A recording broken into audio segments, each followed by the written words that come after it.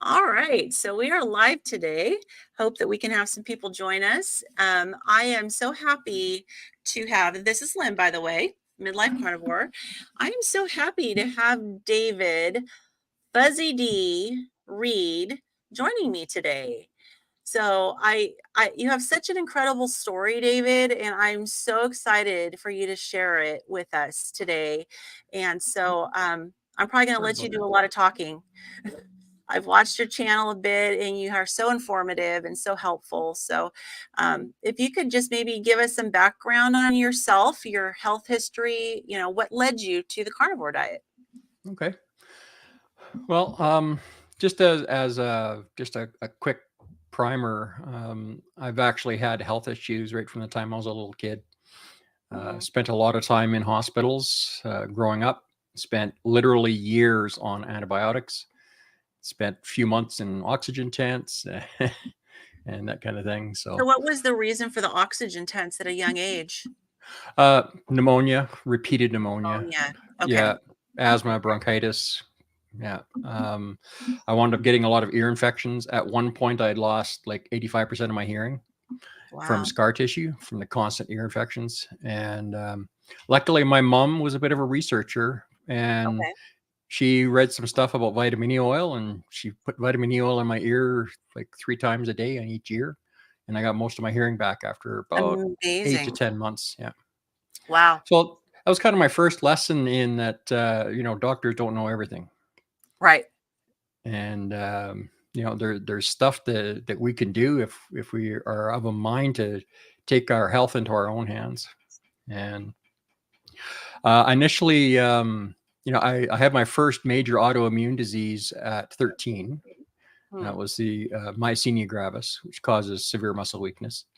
And once again, my mom, she found a naturopathic doctor down on Vancouver Island in British Columbia, Canada.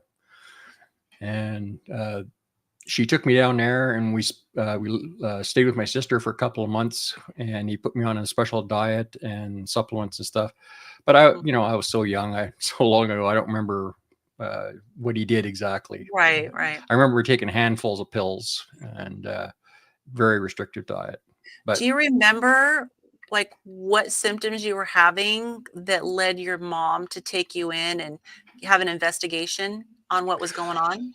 It actually wasn't her that kind of instigated it. My martial arts instructor spotted it. He had I think like a nephew or something with myasthenia gravis. So he recognized the signs. And, when I went from doing very well to all of a sudden, stumbling and being weak and not being able to do stuff. And so he got a hold of it was a quick change then for you. It wasn't like, gradual. well, yeah, it happened over a couple of months. Okay. And so he contacted my mom or talked to my mom the next time she came in and to pay my monthly thing or whatever. And he said, you got to get him to the doctor and get him checked. And the doctor saw me for about 45 minutes, and he was very confident in his diagnosis. Of course, a lot of specialists being who they are and what they think they know. When we went to the specialist 6 months later and I was in complete remission, his conclusion was that my family doctor was wrong, that he'd misdiagnosed me. And the naturopathic doctor in BC also must have misdiagnosed me. They all got it wrong. Right.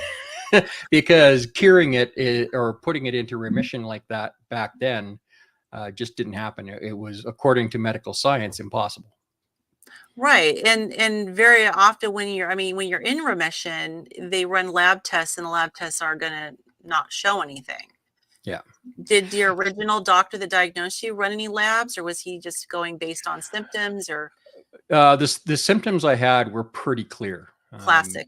Yeah. There's some basic tests that they were able to run back then, just testing for muscle strength and coordination and stuff like that. And I think he did some other testing like blood tests and stuff. What the results were, I don't remember. That's Yeah, that's that a was a long time ago. long time ago. So, but that naturopath in Victoria, he his treatment put me in remission for almost 30 years. And Wow. yeah, and then back in about 2006, 2007, I started getting these weird little symptoms. I didn't recognize them at first. Started getting some weird sensation in the ends of my toes. And then I started having trouble initiating a swallow. Mm-hmm. And then it just kind of progressed from there. And by the time I was officially diagnosed, and we had a real issue here, like in Alberta, like in Canada in general, Medicare is all covered. Like we don't have to pay for it out of pocket. Yeah, my husband's Canadian.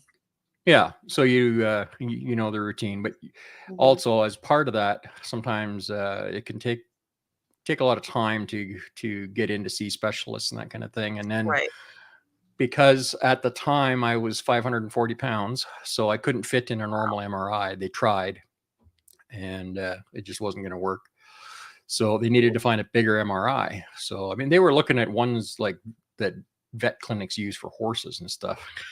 Wow. But they and they found one that I could fit in, but it was in the southern part of the province, which was at a different district. So they spent 2 years fighting over who was going to pay for it. Meanwhile, I'm deteriorating, Wow. and because they needed to confirm, like the doctors initially, because they saw that officially I had been misdiagnosed with myasthenia gravis. They weren't even looking at it. Okay. So they thought I had MS because the symptoms I had were very similar. Yeah. I got to a point my speech was so slurred, nobody can understand me except my wife. I couldn't swallow solid food. I couldn't swallow pills. I was like living on like liquid vitamins and liquid food supplements, that kind of a thing, and Now, couldn't so breathe you very well. were 540 pounds, but you were living off of liquid. Yeah, So, go figure, eh? well, I mean, people that are generally that heavy can't eat themselves into that state. I mean, No. usually it is liquid calories. So were you drinking a lot of soft drinks, or what were you consuming that got you to Oh, 540 yeah. pounds? I was eating it. Even before I couldn't eat anymore. I mean, I was eating terrible diet. I Mhm. Probably the only saving thing that kept me alive as long as it did was that I did eat a lot of meat, but I also ate lots of sugar and Yeah. pastries, and I was the donut king, the Mm. connoisseur. That And that was yeah, your weakness, was donuts. yeah, and I drank a lot of soda. I used to have a lot of issues with nausea, so I drank a lot of ginger ale to help settle my Mhm. stomach. Yeah. And yeah, I mean, the food I was eating was just terrible. And of course, I had no idea that all of that stuff I was eating was behind all the autoimmune stuff. Because I've actually got a total of 8 autoimmune diseases that I know of. And 3 of them are minor; they're skin conditions, but they're all autoimmune related. And I've got That's 5. very common. Yeah, you You have get one one, you get more. autoimmune, you're likely to have others. Yeah. Yeah. Yeah, the main trigger, or the starting one was the myasthenia gravis, and then it just kind of. So did you eventually end up getting, definitive labs and some testing? Yeah, when they finally officially diagnosed me in 2012, I got in to see a new specialist, and he saw me for about 15 minutes, hooked me up to this special machine, had a bunch of electrodes, and he was doing like Mhm. electrical conductivity testing. Mhm. Yep. And he ran those tests and sent me to the ER directly. Do not pass go. Do not collect Okay. $200. So it was So, shouting that there's a problem here. Well, I know oh that with yeah, myasthenia gravis, it's the antibodies blocking the acetylcholine receptors in your muscles. And actually, you're almost right. okay. Rather than blocking your receptors, what it's doing is the chemical that actually communicates between your nervous system and the actual muscle. that chemical that's required, your immune system, it eats it, basically destroys it. And those bad chemicals, they live in the plasma, and or the enzyme, whatever they are, whatever it is that's doing all this damage. Yeah. So, well, and with every autoimmune disease, I don't know, how much people know about autoimmune diseases, but it's probably worth commenting that it's, your immune system is attacking your own body, seeing your own body as a foreign substance, a foreign pathogen, and attacking it. And what's interesting is that, you mentioned your diet and how your naturopathic doctor had you on treatments, and your diet, your diet really led into all of these problems. And here we have diet helping. Yeah. So that's food is medicine. Food is medicine. Absolutely. But so it can also be poison. So from what I'm hearing is that you started really declining in 2006, but you didn't get an actual diagnosis until 2012. Yeah, I mean, at first, the first couple of years, it progressed slowly. I was also having all kinds of other, I had some serious back issues, and well, I still have back issues, but they were worse then than they are now, and so lots of medications and stuff. So at first they weren't really noticing, and my family doctor, he was a nice guy and everything, but he didn't really look deeper. And he just chalked it up to my weight, all the medical issues I was having. And then one day I finally got mad in his office, and I said, look, can you sit there and tell me that my excess weight, that being obese, is causing my slurred speech, is causing difficulty to breathe, is causing me to be in a wheelchair, can't walk? Like, is that all from being fat? Like, come on. And it was at that point, along with some urging from a couple of people at the hospital that my wife worked with, we finally got the call to start seeing some specialists, because she did one of the ladies that she worked with at the hospital put me in for a video swallow, and they could immediately see that there were some serious issues going on. So, right. And then, during that time, they were finding all these other autoimmune diseases. So they found the osteoarthritis and the ankylosing spondylitis and the Sjogren's disease and the cervical stenosis. They were finding everything except the myasthenia gravis. And when I finally got that MRI and it said, oh, you don't have MS, then they were talking ALS, which, that put a little stress on us for for a little while.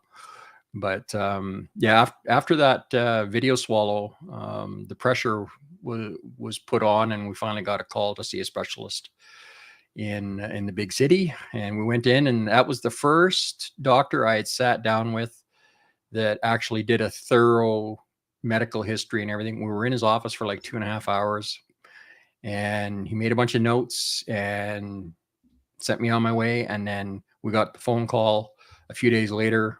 You have an appointment in like 10 days or whatever with this other specialist. We think we know what's going on. He specializes in it. So we're sending you to him. And then that was the guy that, I saw him for like 15 minutes and went to ER. So. Yeah. So he was instantly alarmed. So for those who don't know a whole lot about myasthenia gravis, what are some of the things that are difficult in day-to-day life when you have this condition? Well, I couldn't walk unassisted because of all the medications I was on, and not all of it for the autoimmune stuff. I mean, there was also, I was on morphine for my back, and I'd been on morphine I was on morphine for almost 2 decades. Now, was that related to the ankylosing spondylitis? Yeah, I had just so much pain everywhere in my back. I also had some discs that had deteriorated in my lower back. They had bulged and then burst, kind of a thing. So they were non-existent. I had the last CT scan that I had in 2019. It showed those 3 were completely gone. So they were talking about, once I lost enough weight, then they wanted to do spinal fusion surgery. But I had to lose a bunch of weight at that point. Right. And then I went back this last July. So I'd been carnivore for about 6 months, and I went for an MRI, and those 3 discs had completely regenerated. That's unbelievable. And that just You have given me hope because I have a disc in my lumbar spine that is almost basically a non-existent. And so I'm really hoping that this diet is going to help regenerate that disc. Because last thing, both of my siblings have had back surgeries that left them disabled with nerve damage. I don't not want to go down that road. Yeah, it's not a route I was real thrilled about, but quality of life, it was going to be kind of a necessary thing, I thought. Right, right. I still do need back surgery, but it's not going to be spinal fusion. But I've got all those areas in my back where I've got those different issues, and they've created all these rough spots where the nerves branch out of the spinal column. So it creates irritation and causes inflammation and that kind of thing. I So, will say the last couple of months, like when we moved, I had been OMAD up until then. mhm, But before the move, when I started packing up and working my body a lot more than I was used to, I started craving eating more often. So I started eating a couple times a day, and then by the time we were done the move, I was like eating 3 meals a day, and my body just needed the food. But um, yeah, after you saw some of the stuff I was talking about last night with the the stress of the move and the pain and everything, right. I had a real setback with about 6 weeks of some pretty severe depression. And but at the end of that, my back is now, the last week or so, things have been way better, and my back's way stronger than it was before the move. Do you, Yeah. since now, if you had made that move before being on the carnivore diet, do you think you would have been able to get through that without being back in bed? No, no. Mhm. The well, without carnivore, I wouldn't have been able to do anything at all, Okay. because Okay. I mean, I was bedridden for over 10 years, and spent Wow. lots of time when I wasn't in bed, I was in a wheelchair. I could, as time progressed, and I was starting to do, I started doing research in 2018, 2019, looking for alternative therapies of some kind. So I started getting some improvement, and I got to where I could get out of bed by myself, go to the bathroom. Finally got to where I could take a shower by myself without someone having to be there to help me. Mhm. It was painful, and I didn't want to do it that often, much to my wife's dismay. And But was it really your back that was the big issue with the functioning well, on a daily basis, or was it your muscles? it was both. I mean, I was always in pain from my back, and that was part of it. But it was the muscle weakness that kept me from being able to Mhm. walk around. And Yeah. I mean, when I was first diagnosed, I was probably weeks from death if they hadn't diagnosed me and started treating me. But yeah, Well, I it mean, left untreated, it's a fatal disease. not able to swallow. I mean, that's difficult. I mean, I would imagine that they have to do something about that. Otherwise, you're going to end up with a feeding tube and Yeah. deteriorating pretty quickly. Now, at what point in all of these things you were going through with your health did did you get serious about losing weight?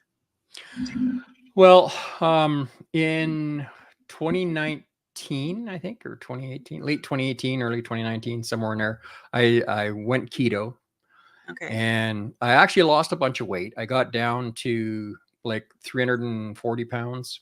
I've got some And before then, pictures here. yeah, and then the one on the right, that's, I'm like about 380. The one on the left, I'm about 480. Okay, so your highest was So, 540. yeah, yeah. Okay, so these weren't even your highest weight. No, I don't have any pictures of me when I was 540 because I didn't want Under pictures Oh, taken. understandable. Yeah, I can completely understand that. But yeah, So, so I mean, in 2019, I got down to 340, and then COVID hit, and I got depressed. I've got bipolar, and it was in full force, mm, and so I wound up putting a bunch of weight back on, and went up to 480, and wow. So what was your strategy for weight loss at that time? well, once I saw how bad I had gotten again, I realized, okay, I've got to do something. I had my daughter's wedding was coming up, and I needed to start losing at least a little bit of weight. Yeah. And because she hadn't, like, I didn't raise my daughter. She'd been given up for adoption, so I didn't meet her until like 2021, I think, Oh, or wow. 2020. And yeah, it took me a long time to find her, but I I'm gonna found her. I'm I did. I'm an adoptive mom. Ah, All my kids are adopted, and they have reunited and met their at least one of the birth parents. So I nice. I have a big heart for both sides of that, story. Yeah. So wonderful. So Well, you were able to be at her wedding then. yeah, and like when I first met her, I was at the time, I think I was about 360, somewhere in there. And then of course, she was in shock when she saw me for the wedding. But Oh, wow. yeah, Wow. and I was barely able to walk again. I mean, Okay. back on a cane everywhere, and wheelchair when to if I had to do much hanging around somewhere, I needed the wheelchair still. So you lost So a significant amount of weight without being on the carnivore diet. yeah, yeah, like Mm, when I before the wedding, I went keto and started losing a little bit of weight.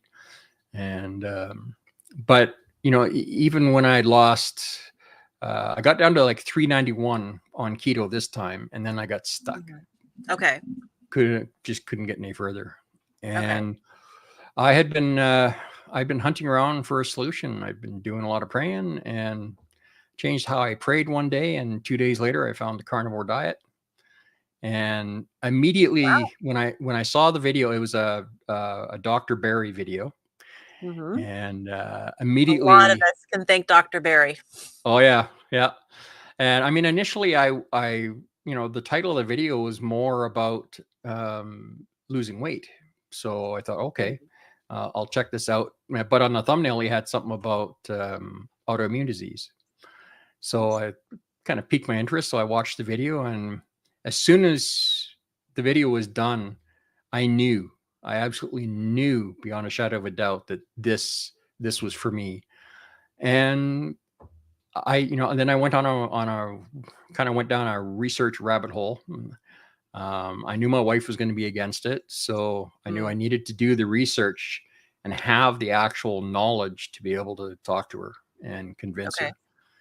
And she was definitely against it. But finally, I just told her, I said, "Look, you're not the one living in my body, and I've got to restart my weight loss. Yeah. I just can't do this anymore. And there's the chance that this might help my autoimmune stuff. So I've got to try it." Yeah. And Now, were her concerns the typical concerns that we hear about your cholesterol, you're gonna die of a heart attack. yeah, it's, completely unhealthy, too much fat. Oh, excuse me.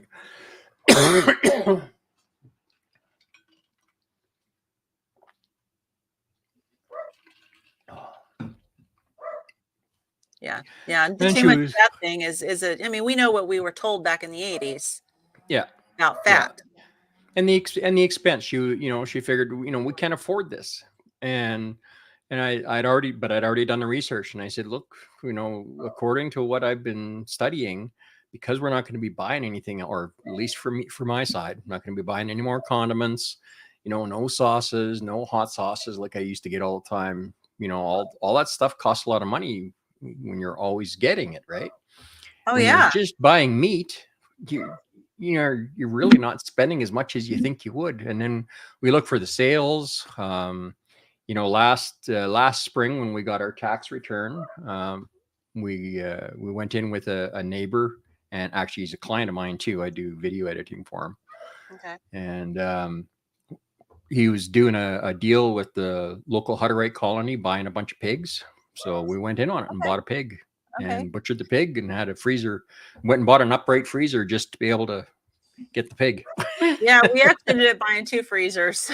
So we've got a portion of a cow and a sheep that is going to be harvest next week that we're buying from a local farmer. Nice. So Nice. can you hear my dog barking?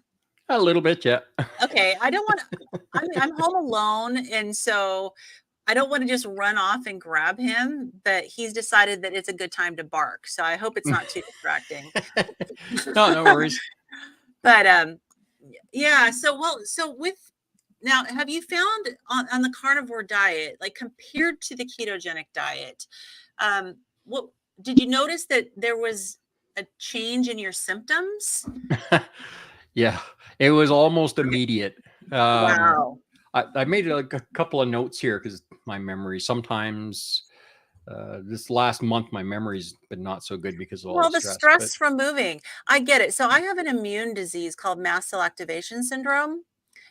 It can affect my memory too, especially under stressful times. So you're preaching to the choir here. I totally get it and totally understand. So you are doing great, totally coherent. There's times where I can't get my words out and I stumble over my words and my brain freezes. So now I've got dyslexia, so it can, when I get tired or stressed, it can definitely be a challenge. That's okay. We're the blind leading the deaf here. Yeah. Yeah, I get my mix all talked up, That's right. That's right. So, okay. So symptoms on keto versus carnivore. Yeah. So, now one thing I'll say for keto, because I don't know if it was keto necessarily or the fact that I went gluten-free, but I used to get really nasty cramps. My whole intestinal tract was in bad shape. I was, the medications I was on gave me constant diarrhea. I was, I'd eat Imodium like candy. And, and I would get these cramping sessions. It would last 20, 30 minutes and I'd be just balled up in pain. Could hardly breathe. And so that pretty much went away, although not completely, on keto and gluten-free. But, and the myasthenia, I was able to walk around a little better, but, navigating a set of stairs was a big deal. It's kind of funny how the circumstances happened. About a week before I went carnivore, I had to go for some, I think blood tests or something. And when we got back, the power was out. So no elevator. So I had to climb 2 flights of stairs and it took me over 10 minutes to go up. We were 1 floor up, but it was like split into 2 flights. Right. And I had to put like 2 hands on the rail and use all the strength that I had and 1 step at a time. And by the time I got to the top, I could barely move. My wife helped me to the couch and I couldn't move for about 3 hours. And that was pretty typical of the myasthenia. The other thing was between the myasthenia gravis and my thyroid issues, I'm really super sensitive to heat. So I would get really sick in heat. And we had about 3 summers ago, we had a heat wave through here that we were hitting 40 degrees Celsius, which I think is about 105-ish. That's warm. Fair. Yeah, that's warm. Well, and we're not used to those kind of temperatures up here. There's a reason I live in the north, I live in Washington State, so I'm with you. I used to live in California in the Central Valley. It got really hot there. Yeah. So what happens when you get overheated? It would cause a flare of the myasthenia gravis. When I was a kid, when I was 12, it was actually just before I was diagnosed with myasthenia, about 7 or 8 months before, I guess. I had gone down to like a summer acting school thing down in the States. I was 12 years old. This is something you can't do today, but 12 years old, I traveled by myself on the Greyhound bus all the way down to Provo, Utah. Probably without a passport. Yeah. Well, no, actually, I did have a passport. Oh, you did? Okay. Yeah. I don't think it was required then, though. It wasn't, but I had one. Actually, for children, if they were traveling alone, they had to have a passport. Okay. So, So anyway, I went down there and it was so hot, Mm-hmm. and I actually was blacking out from the heat. I walk out of the cafeteria after eating lunch, and I would come to, like miles away, laying on my back on the grass, not knowing where I was, what had happened. So you didn't feel anything leading up to blacking out? It was just like No, you didn't remember getting dizzy or no, no, just a little bit lightheaded, and then all of a sudden, and then nothing. boom. Yeah. And from what people were telling me that were around me, I continued to function for a while before I finally collapsed from the heat. But yeah, I mean, it was crazy. And they had no idea what was behind that. Years later, knowing, the symptoms and what was causing it, I know now what was causing it back then. But, Yeah. Yeah, yeah. So I deal with heat intolerance as well, but I have different symptoms with the mast cell disease. My throat swells and mm, I get dizzy and nauseated, and if I don't get out of it, I'll be doubled over with abdominal pain, yeah. tachycardia, crazy Well, high blood that's always fun. pressure. Yeah, yeah. Yeah, it's not fun. But it's better Yeah, controlled with a carnivore. yeah, So, much better.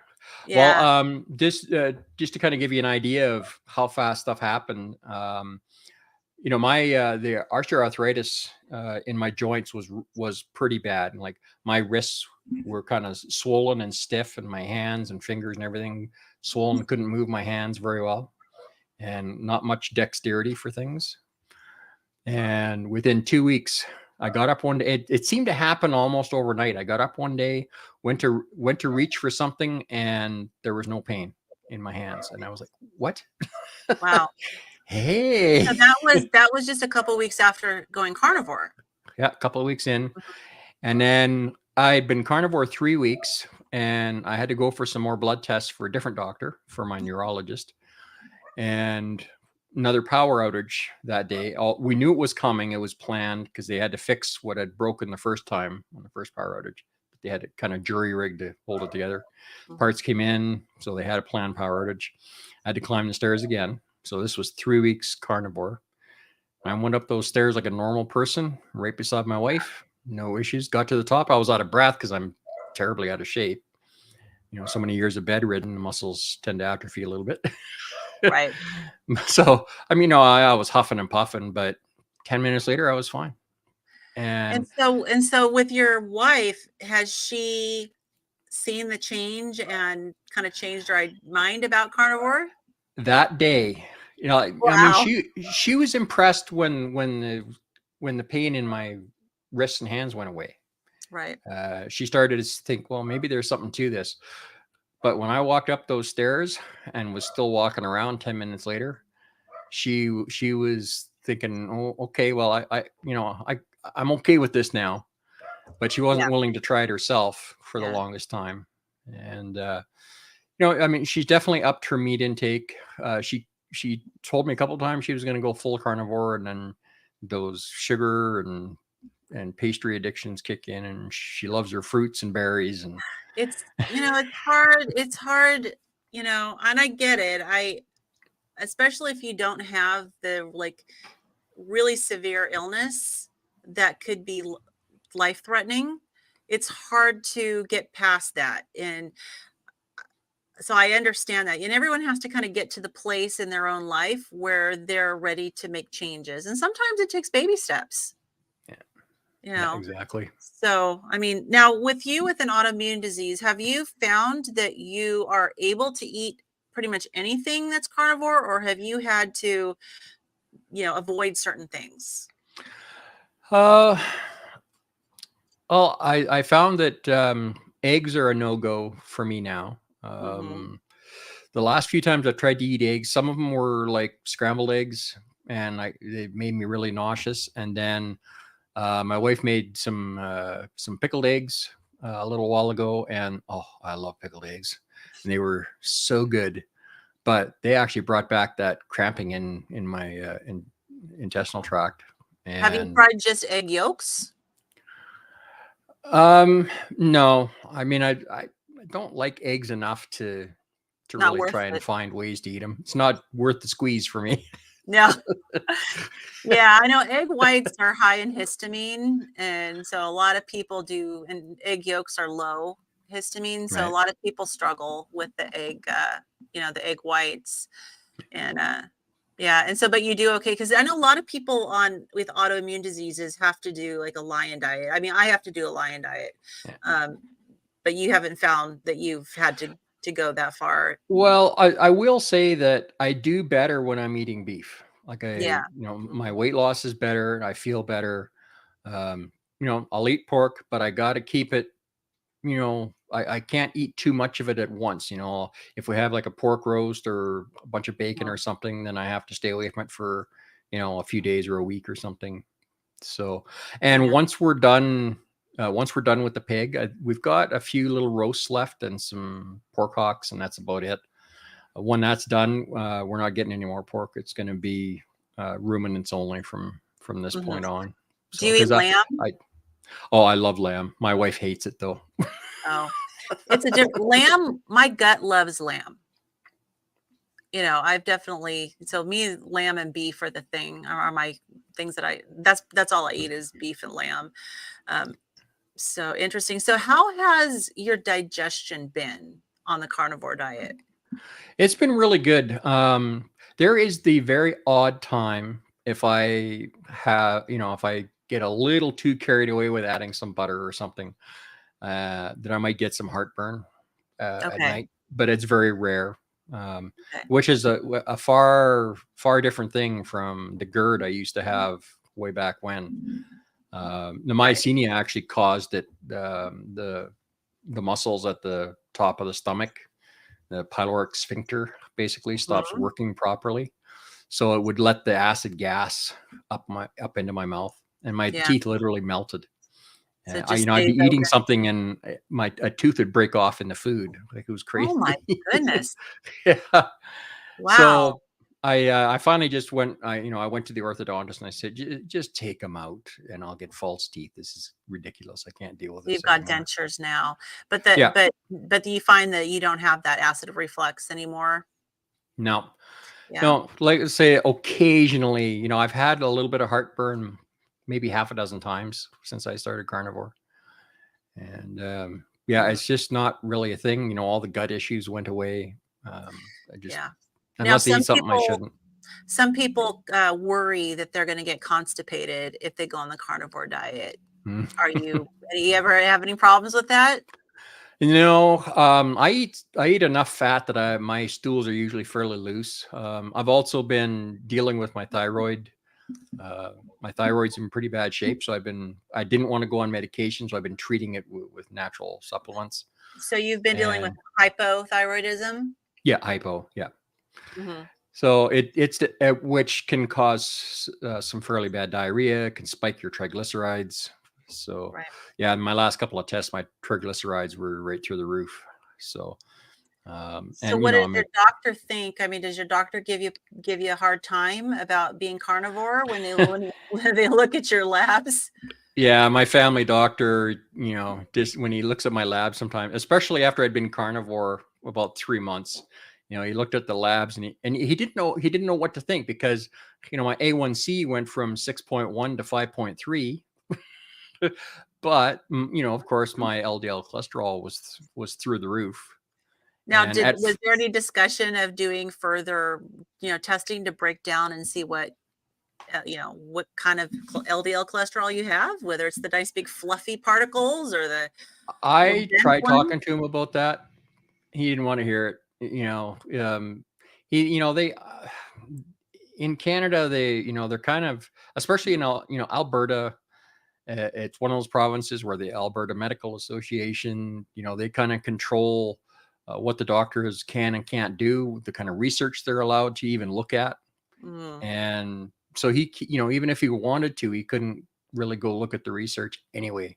So he has to work within the framework he's given, and okay. he just won't risk it. He's from another country. He's from South Africa, so he doesn't want Okay. to risk being able to be a doctor here. So, So Barb and here says she takes kelp for iodine.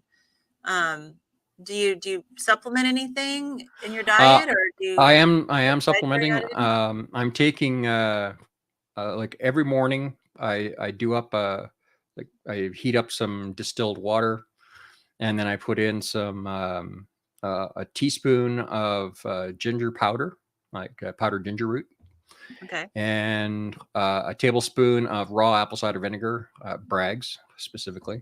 Mhm. I've actually tried some other vinegars. I've got some other remedies that I make with apple cider vinegar. I don't know if you saw my video where I talked about the extreme weight loss, but I've watched quite a few of your videos. I don't remember. I don't think I watched that one. yeah, you'd remember. Yeah. It was I showed all the how all the skin and folds are hanging Oh, okay. down, and Wow. the issues I have with infection and that kind of thing. And the doctor had been giving me We can cortisone show your creams and antifungal creams, and it got to a point where it show made your it after. worse.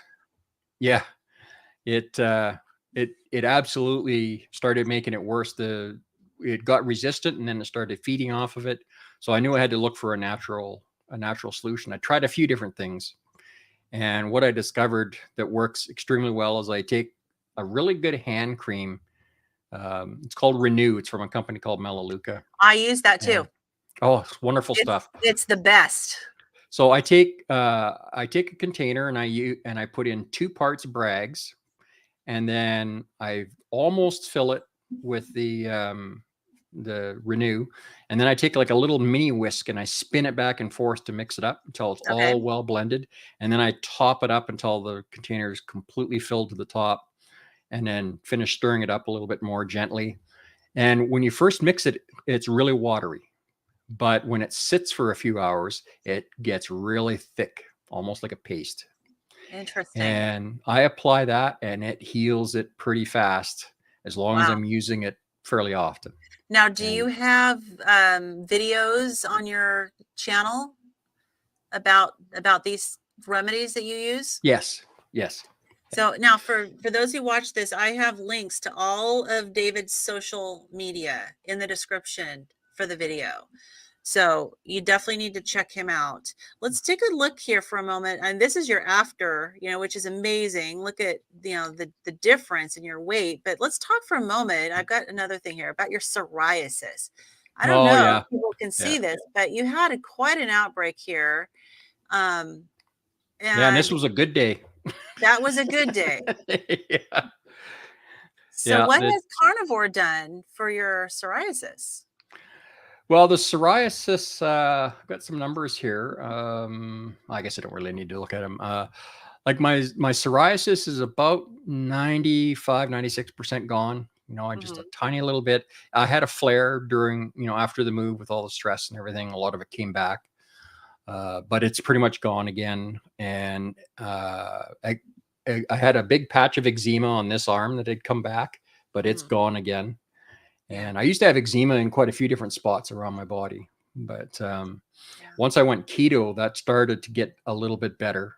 And that Renew cream and some other Melaleuca products applied on an alternating basis. I don't use one product for a week and then another product for a week. And so that started taking down the eczema a bit. But it wasn't until I went carnivore that it completely disappeared. Yeah. Uh, So I know that are you working on becoming certified as a wellness coach? yes. Yeah. Okay. Um, and I unfortunately, since the move, I haven't done any more studying, but I was almost done the course. I've actually got like one more module. I just Mhm. need to do the studying, write those, there's like a couple quick exams, and then there's a final exam. So once I get back to it, probably 2 or 3 weeks, and I'll have my certification. So is it pretty safe to assume that they're not promoting the carnivore diet in your program? Is it one of those where you're going to answer what you know they want to hear? Well, no, I tell people what they need to hear, Mhm. and I mean, it's been an interesting thing for me. I've had a couple times where I've been able to gain some healing and some knowledge, and I kind of felt like I should be healing people. Everybody has like a golden path that they're Right. meant to follow.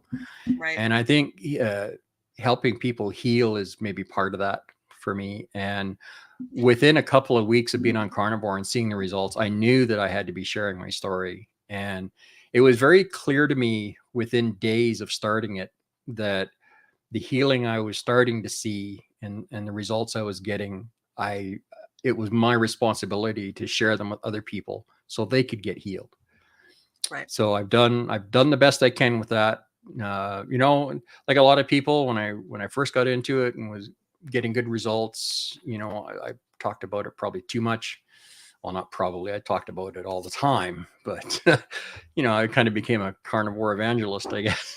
Of course. Well, you know what? I think so many in the carnivore community can relate to that, because when you see such dramatic healing, it's almost like you feel like there's an ethical responsibility to tell people. Yeah, And exactly. is that why you started your YouTube channel? Yeah, I mean, I already had a YouTube channel for doing tech stuff. Like I do tech tutorials and show people how to start a YouTube channel and edit videos and do graphics work, that kind of thing, Are and a you few are, other are little you things still that doing interest me. that? Yeah, I still have the channel, and actually, it's just recently that I've been learning to do the actual live streaming stuff, like in a serious way. I had a friend, well, not a former friend. I mean, they're still a friend, but they used to live where I live, and I used to went to the same church. She used to come and visit my wife sometimes when I was bedridden. So we hadn't actually met face to face, but she's also really good friends with one of the clients I do video editing for his YouTube channel. So he sent her to me to help her to learn how to do the live streaming, and I hadn't really done a lot of it. I knew the basics. So I started going down the rabbit hole like I usually do. It's part of the Asperger's, I think. We tend to go down Yeah, well, rabbit you holes. hadn't mentioned the Asperger's yet, so I'm glad you brought that up. Now, before we go down that rabbit hole, I want to just read this comment from Mary. She said she has Lugol's, which is the iodine, brand, and kelp.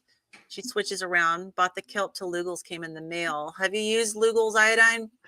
I just got some. I haven't started using it yet. I've been using regular iodine, like in that drink that I make.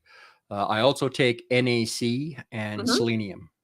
Okay. And the first two, they were helping, but once I went on the NaC with selenium, my thyroid really started responding.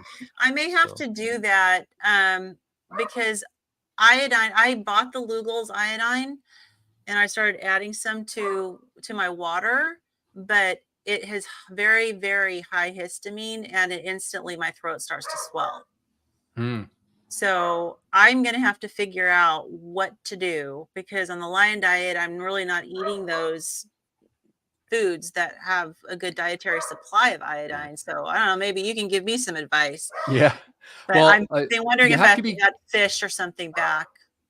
Well, yeah. I mean, you have to be careful with kelp because it has actually a lot of iodine in it. But it's natural iodine, so it may not trigger your histamine response.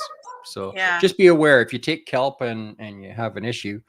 Ashwagandha is supposed to be really, really good for the thyroid. The only reason I can't take it is it's a nightshade, and I'm I'm pretty allergic to nightshades. going to have to look at my histamine list and see if that one's okay. Ashwagandha. Okay. All right. Yeah, it's considered the absolute top of the line best supplement you can get for your thyroid.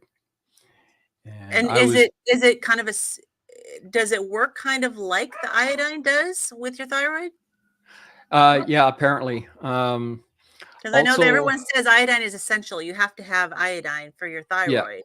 yeah. So what do people do when they can't really have iodine? Yeah, and that's where ones like ashwagandha came in. I know another one that helped my thyroid, but also caused me issues with swelling and water retention. And that was turmeric. But it turns out it's a nightshade. I didn't realize that. Yeah, it's high histamine So too. I can't do turmeric either. yeah. It's frustrating. So, okay, so let's talk a little bit about your brain. I mean, you said that you have Asperger's. You also mentioned having bipolar. Yeah. And you noticed improvement, over time. Did you notice any significant improvement going from keto to carnivore, or did you have improvement prior to that? I didn't have a lot of improvement with the bipolar until I went carnivore. Okay. And it took a while. I mean, it took about after about 3 months, the symptoms were really starting to get a lot less. And then at about 4 months, the symptoms were gone, Wow. but they came back with the stress of the move. Right. So, which is the whole reason, for last night's stream. That was the main topic, was Right. what stress can do to your health, even if you're even eating carnivore. Yeah. Well, it's amazing how carnivore, it does impact the brain. Yeah. And our brain needs the fats. I mean, the fats are essential for our brain. And it's unfortunate that we've had this messaging for so long about low fat, sometimes no fat. And then we wonder why we have such problems with brain, mental illness, brain function, on the diet that we're on. Yeah. So I just wanted to I know we're getting close to that hour mark. I wanted to ask you if you've had any additional testing for your myasthenia gravis since being on the carnivore diet. Yeah, actually, that thing I was talking about, the 3 weeks where I had to go for blood tests, that was for my neurologist. And so I had an appointment with her a week later over the phone, and she looked at the test results, and I told her my story about the elevator, walking the stairs because of the elevator, and a few other things. She asked me some other questions, and she's seen me go through quite a process. She's seen me already by this point make some pretty significant health changes just from other stuff that I've been doing. So she knew that I was a real kind of a research hound for alternative medicine and stuff. So she's been really good about working with me, doing blood tests to see if I'm, ready for the next level of coming off a medication or reducing a medication. But this time she took one look at the results, and at the end of the conversation, she said, "Yeah, we can take you off the last of the medication for autoimmune." That's amazing. And Now, were the results just improved, or did they come back negative? I don't know. I can actually go look at my test results, but I don't understand them. I mean, it's I know with a lot of these antibody tests, I'm not as familiar with the ones that they usually do for your condition, but a lot of them will just be a negative or a positive. Yeah, well, there are some people with myasthenia gravis that are serum negative, so they don't show it in their blood, Right. yet they definitely have it. But Yeah. I'm pretty sure I showed it in my blood. But the definitive test that he had done was that electrical conductivity test.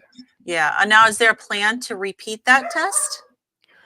I don't think they're going to bother. See if you can pass it.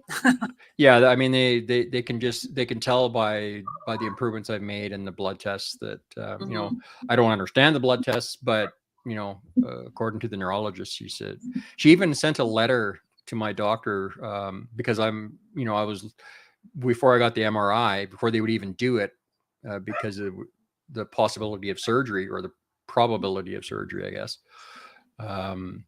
They were worried about doing surgery on me because of the myasthenia gravis. So she was confident enough in how gone it is that she wrote a letter confirming that myasthenia gravis is no longer a factor. That's amazing. So. That's incredible. So do you now that you've gone through everything you've gone through, this is just asking your opinion, do you think the carnivore diet could heal autoimmune disease, or do you feel that it just puts it in remission? Personally, I think it puts it in remission, because this bout that I had with the stress and the pain of the move and everything, the myasthenia didn't seem to come back, but a lot of the other ones started to flare. And so it's not gone. And I don't try and tell people that it completely heals it. It puts you into remission. As long as you stay on the carnivore diet, you're fine. If you go off it, so for people you're going to pay the price. So for people who have an autoimmune disease, they can achieve remission off medications through the carnivore diet, but they really should be committed to staying on it. Yeah. Yeah, I mean, I won't sit here and say that the carnivore diet is for everyone. Right. I'm convinced that anybody could be on carnivore diet and be healthy, but it's not for everybody, and it's not needed for everybody. Yeah. However, for people that are suffering with severe obesity issues or chronic health issues, autoimmune, diabetes, any of that kind of stuff, carnivore might be the only answer. I mean, even people with cancer are having incredible success. People that were diagnosed terminally that had months left to live, they went on that protocol of a 21-day water-only fast and then went to carnivore. And within months, all signs of the cancer were gone in most cases. Yeah, that's amazing. Now, do you do any fasting? Well, I mean, with OMAD, you're basically fasting every day. So you do in intermittent fasting. Yeah, but I haven't been OMAD for a while. I tried OMAD one day, and just my body was still telling me I needed the extra food. But now I did eat like 3 times today, but my meals, each meal, I get full a lot faster. So I suspect I'm only another week or 2 away from going back full OMAD again. So, but it's funny, I've learned to listen to my body, and I didn't understand my body that way before. Right. And now I can listen to my body, and it tells me what I need.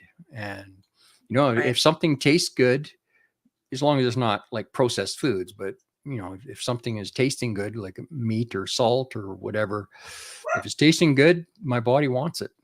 And when my body's had enough, it all of a sudden tastes pretty yucky. I have found that as well, to be the case as well, that you can go from eating a piece of meat and it being absolutely delicious and you want to devour it, but then as soon as you've had enough, that signal turns on and you just don't want it anymore. Yeah. Which that didn't happen when I was eating carbs and sugar and all the junk. Yeah. Well, part of the problem with a lot of those foods, the processed foods, and especially like legumes, they've all got lectins, and they actually block your satiety signal. Most people don't realize that feeling full comes in 2 stages. Your body has 2 triggers. One is when you've consumed enough nutrient dense food and your body realizes it's got enough nutrition. It signals the first time. And then if you keep eating, it'll signal when your stomach is about ready to burst.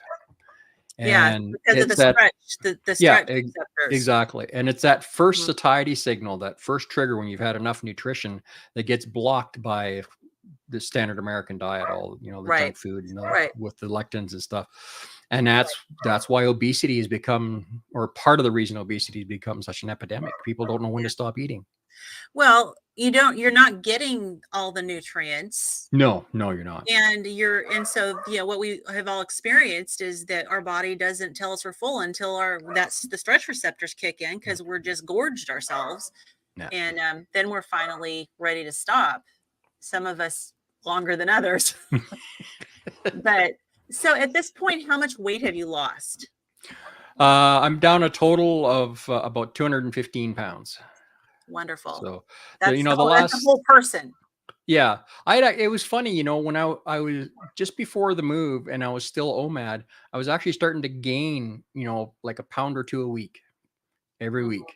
And I was getting a little freaked. And then when I went off of OMAD and started eating 2 or 3 times a day, my weight loss or my weight gain stabilized. It stopped. So now I hover within a couple of pounds of the same weight. So do you have a theory as to why that happened? Well, I think my body needed to heal, and it wasn't getting the nutrition it needed to heal. So it was kind of freaking out and messing more with my metabolism, I think. Yeah. That it makes sense to me. I don't know that that's exactly what happened, but I suspect if I'm wrong, I'm not wrong by much. Yeah. So Barb says her body needs 2 meals. So yeah, I mean, it's good that you know that. I have days where I need 2 meals. I have days where I need 3. I have other days where I only need 1. And so it's really important to listen to your body. And now, do you ever have times where you do feel more inflamed? Well, other than just this last bit with the stress response, aside from that, no, What? no. That's amazing. Yeah, and That's it's incredible. and like I said, the last week I've been getting much better. So all that's kind of Mhm. gone away. I'm still having some residual pain. I thought I was going to be able to go completely off of the pain medication I'm using, but I had to get a little more today. But I think Mhm. probably another couple of weeks and I'll be good. So what And is your mobility like now versus it before? well before, I mean, I couldn't, just before I went carnivore. I could stand maybe 3 or 4 minutes before the pain Mhm. really started setting in. I could walk 300 or 400 yards, Okay. and if I had to, and then I'd be in some pretty serious pain and had to sit down. And now, I can walk around quite a bit. I can stand. I do most of the cooking at home now, and Wow. it's kind of funny how that happened, because when I decided to go carnivore, my wife was like, "I'm not going to support you, so you can cook for yourself." So I did, and then she started really liking what I was cooking. So So now you I'm must used. have for a while there been cooking in pain. Yeah, I had to actually sit at a stool. We had like an old metal hospital stool that you can turn the Mhm. top and it gets taller. So I Mhm. used to sit in front of the stove with that and cook. But yeah, now I'm fine. I can actually I just today we're just polishing off the last of a big brisket cook I did. Oh, beautiful. Beautiful. Wow. Well, and of course, any of you listening, if you have questions for David, I'll definitely put them in the comments. I know we're coming up on, we just actually passed by that hour. If you're busy, let No, me know. I'm in no hurry. I But got nothing I else can going go. on. Can you still hear my dog barking? Oh He's yeah, kind of off and he on. yeah, yeah, no big deal. I'm upstairs. I'm not gonna run downstairs and get him. So I was just listening, kind of, writing. I had written down a whole bunch of notes from things that I'd heard, from listening to you. You mentioned that you had lost 18 inches off of your waist. Yeah, at least it's a little more Yeah. than that now. Even though I haven't been losing weight the last 6 weeks, I'm still shrinking. Some of my Like, clothes are still getting bigger. and as far as weakness, like your muscle strength, do you feel like you're gaining strength in your muscles?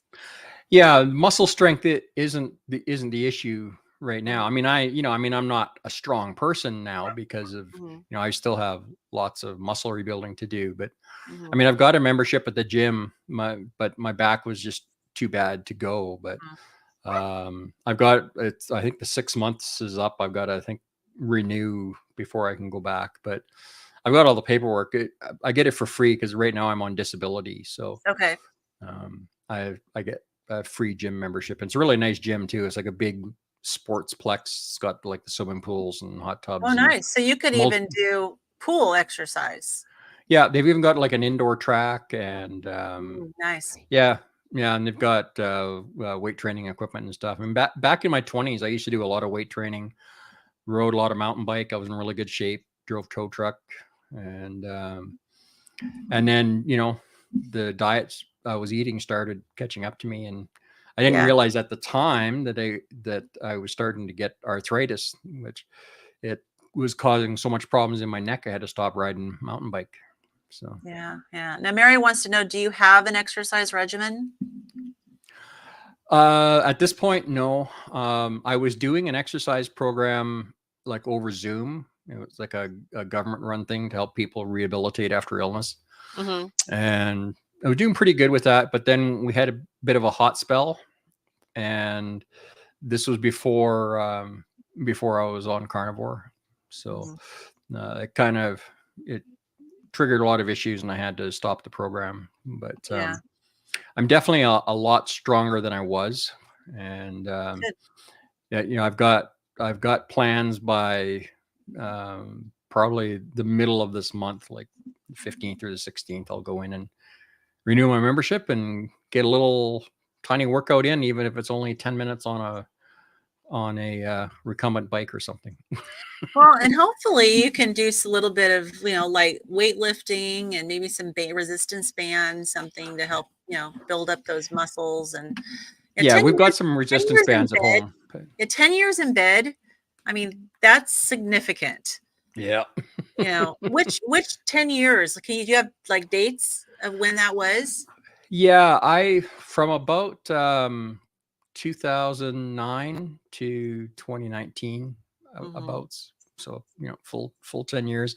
But I had already been in a wheelchair a couple of years before I was pretty much bedridden. So yeah, it had I'd for a couple of years I'd had this fancy electric lift chair. And of course, with my weight, it had to be custom built, and even at that, I wound up destroying the thing. Wow. But, I mean, that's just incredible, the changes that your body has gone through just as a result of diet. And so did your doctors ever, throughout the course of, being diagnosed, treated, everything, did they ever talk to you about diet? other than telling me I had to cut back on calories, but that was about as far as it went. There was really no, just they try and push the standard modern dietary wisdom on me about how I should be eating. But it wasn't really, they weren't really very serious about it. And it wasn't so much stuff I couldn't eat. It was just the amounts of calories. I was supposed to count my calories, and it's most people, they get sucked into that whole scenario, Right. and it just doesn't work. Right. Right. I mean, we can take a look at the health of our respective nations and see how we are after following these dietary recommendations and the guidelines. It just is astounding to me that the doctors are saying just calories, as if, if you eat 1,500 calories of garbage food every day, that should do it for you, right? You're going to lose weight eating pastries and donuts, and as long as you don't exceed this amount of calories, right? Yeah. Oh, and the one that really gets me is the advice that is given to diabetics. That is absolutely nuts. According to the diabetes doctors, you can eat anything you want. Just take your insulin, you'll be fine. Yeah, and I mean, I know they try to give them some guidelines around balanced diet, but there's so many diabetics that don't follow them, or they don't, they don't educate themselves at all. But even if they do, they're not curing their diabetes. No.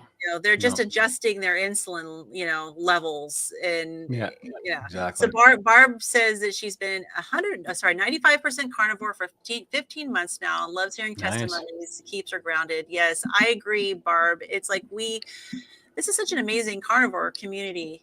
We have such incredible people and amazing stories. Now, I wanted to ask you, this kind of as a side, how did you get your name Fuzzy D? Well, it was a nickname I acquired many years ago from friends. You got to picture me with a beard out to here. Okay. And, down to here, huge beard, long hair halfway down my back. Yeah. And of course, my name's Dave. So, There you Fuzzy go. D. There you go. Very funny. Good. So it just became an identity. Yeah. So with all of the autoimmune diseases being improved by the carnivore diet, and each of these autoimmune diseases, the body is attacking a different part of your body. Crohn's disease, it's attacking the intestinal wall lining. Your condition is, attacking muscles. Sjogren's is attacking the mucus, glands that produce mucus. There's all of these different things, but yet they seem to all be cured or healed or put in remission by one diet. So what is your opinion on whether or not the gut is the issue? Well, I mean, the gut plays a huge role. I was never officially diagnosed, but, after going through all the symptoms and, and the stuff that I was having with gut issues and that, I'm pretty sure I had leaky gut. Yeah. And, it took a little bit for all of that to clear away. being on carnivore, but it had already started to go away a bit. It had lessened a fair chunk being on keto, but it wasn't until carnivore that it completely went away. Yeah. And although keto helped a couple of the things, the main autoimmune stuff was there until I went carnivore. So Yeah. yeah, Pat says 6 years carnivore, 120 down.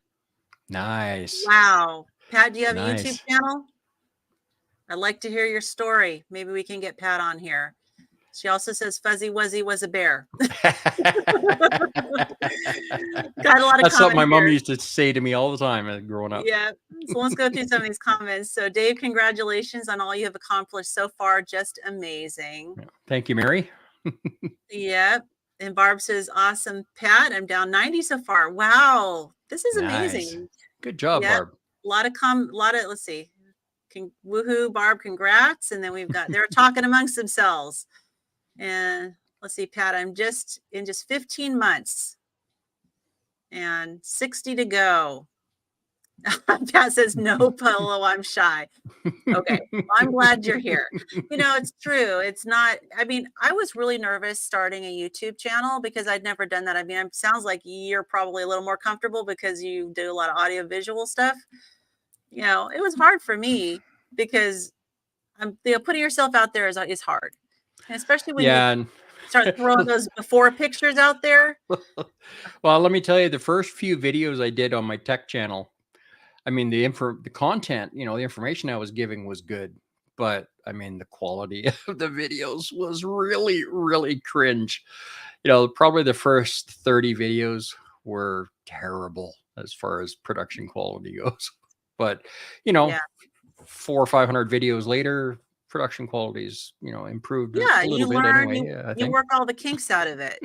So Pat says, my biggest problem has been stevia. So what do you think, David, about artificial sweeteners? Or that's not even artificial, but the sweeteners, sugar substitutes.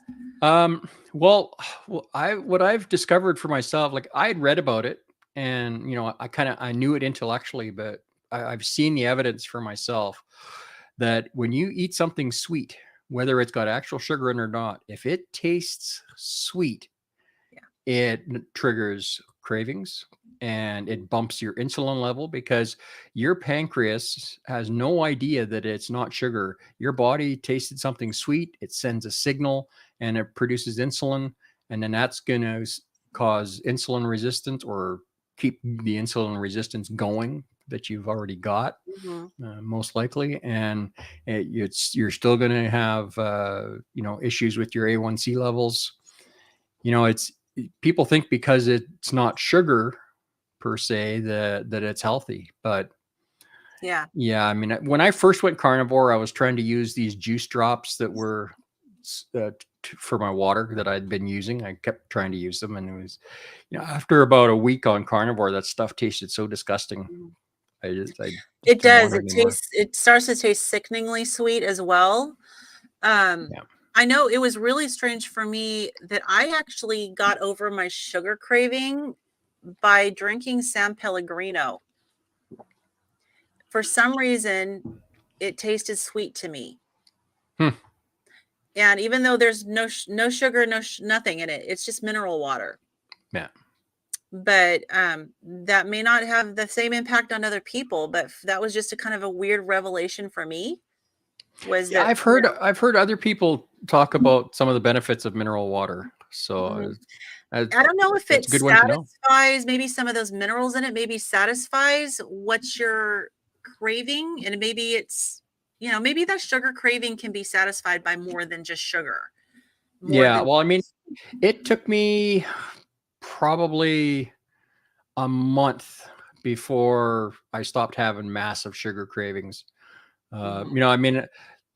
Being the person I am, I'm usually not much one for half measures. So when I started carnivore, I just jumped in, and of course, me too. Keto flu. Did you actually experience that keto flu? Oh yeah. I was pretty sick and it's weird too, because parts of me were feeling sick and then parts of me were feeling so great. It was a strange dichotomy of physicality. Yeah. How has your energy changed? Oh man, it's amazing. You know, I mean, I used to uh, sleep for probably 14 to 16 hours a day when I was bedridden, and now I sleep 4 or 5 hours a night.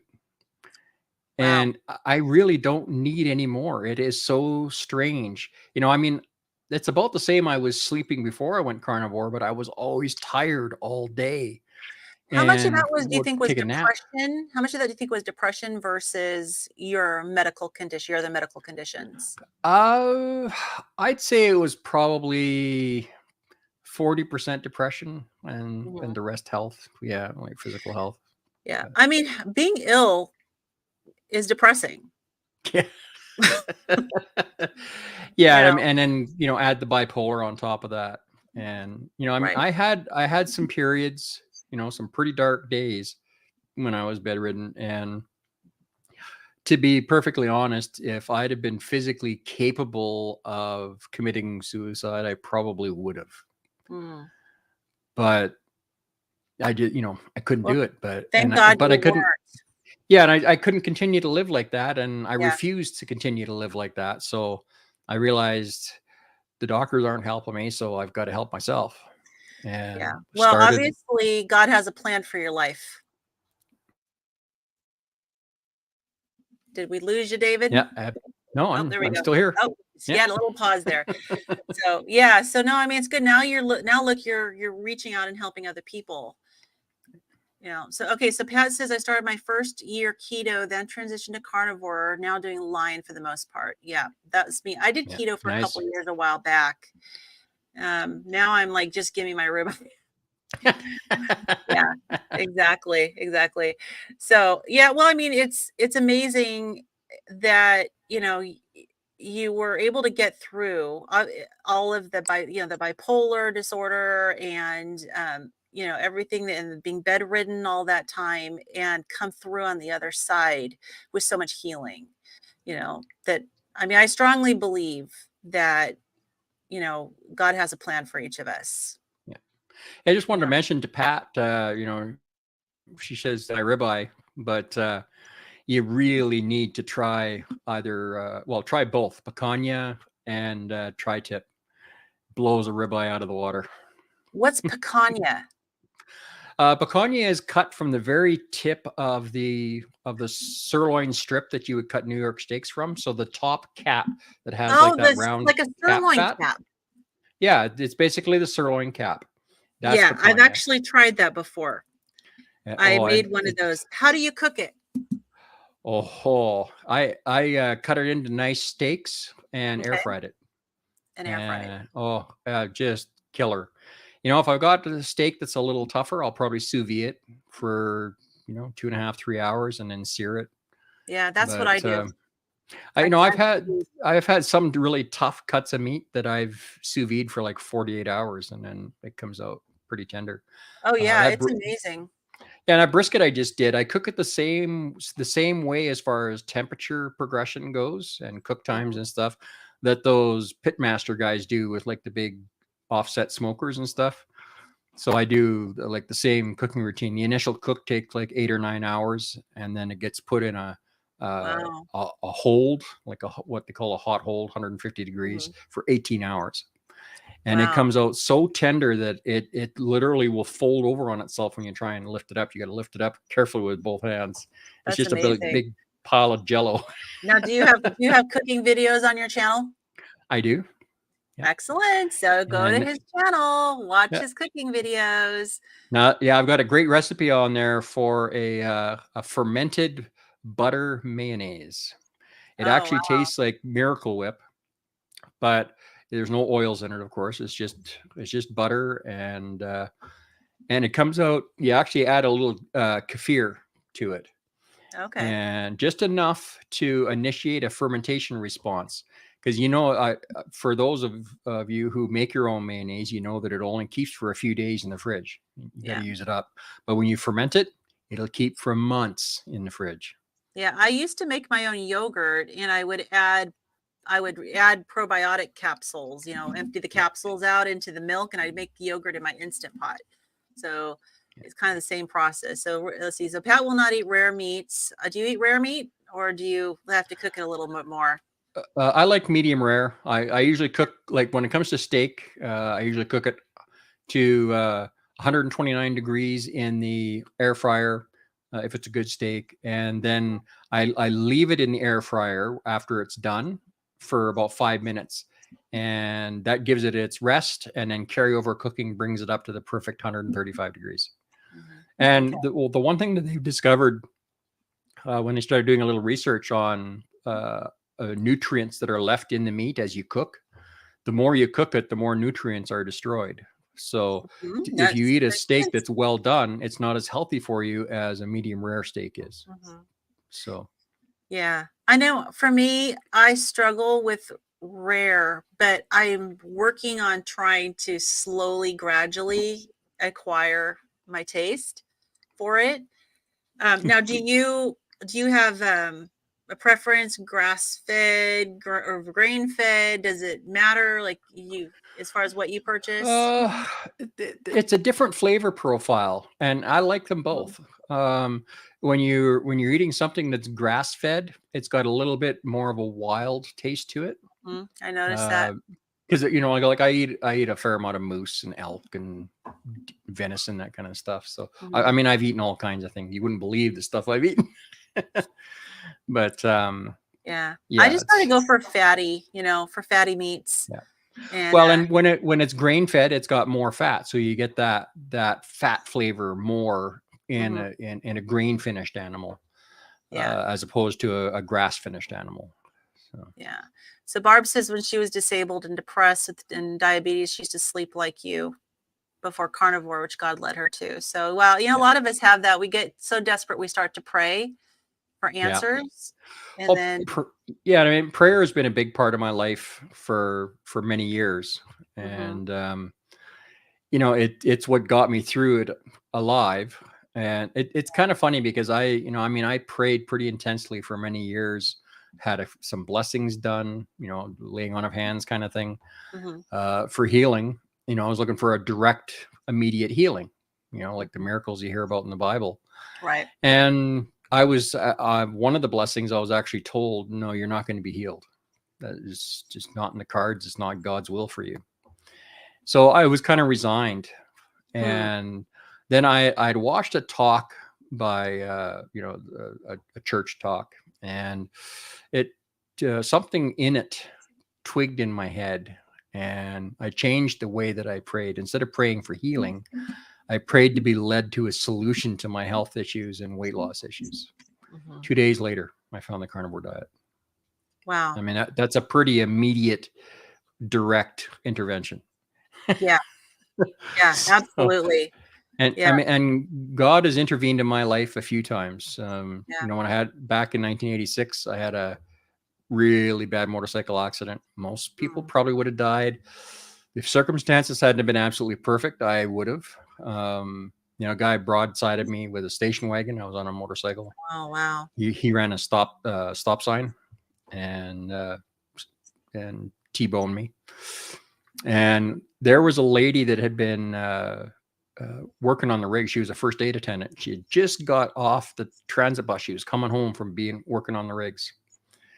And she heard the crash as she stepped off the bus.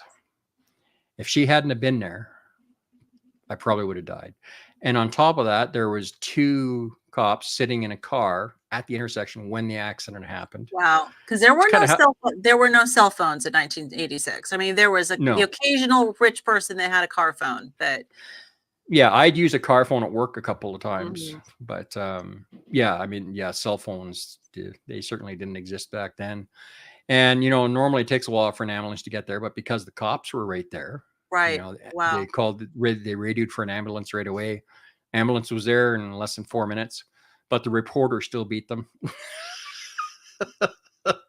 They had pictures of me on the Sunday paper. Wow. Wow. I Well, we got a made lot front of page. comments. We got a lot of comments. So let's go through these. So we have Carrie says, prior to carnivore, I only ate well done meat. Now I love a light pink taste. My taste has changed. So good. I hope that happens to me. Let's see. I really don't want eggs anymore, but I take choline to supplement. What do you know about choline? No, I probably get enough from the other foods. Mhm. I started one of the things that about the carnivore that was kind of becoming a problem was some of the expense of buying the electrolyte drops and stuff. Mhm. So I make my own now. Mhm. And I want to give a shout out to Christina Mathewson. She's a naturopathic doctor from out of Australia, Mhm. and she put me onto some good information. So she's actually helped me So out with a few little things here and Christina there. Matheson. Okay. I know Element has a recipe for their plain electrolytes on their website. Yeah. Well, So this recipe that I use, it's pretty much the same as what they're using, but I add boron.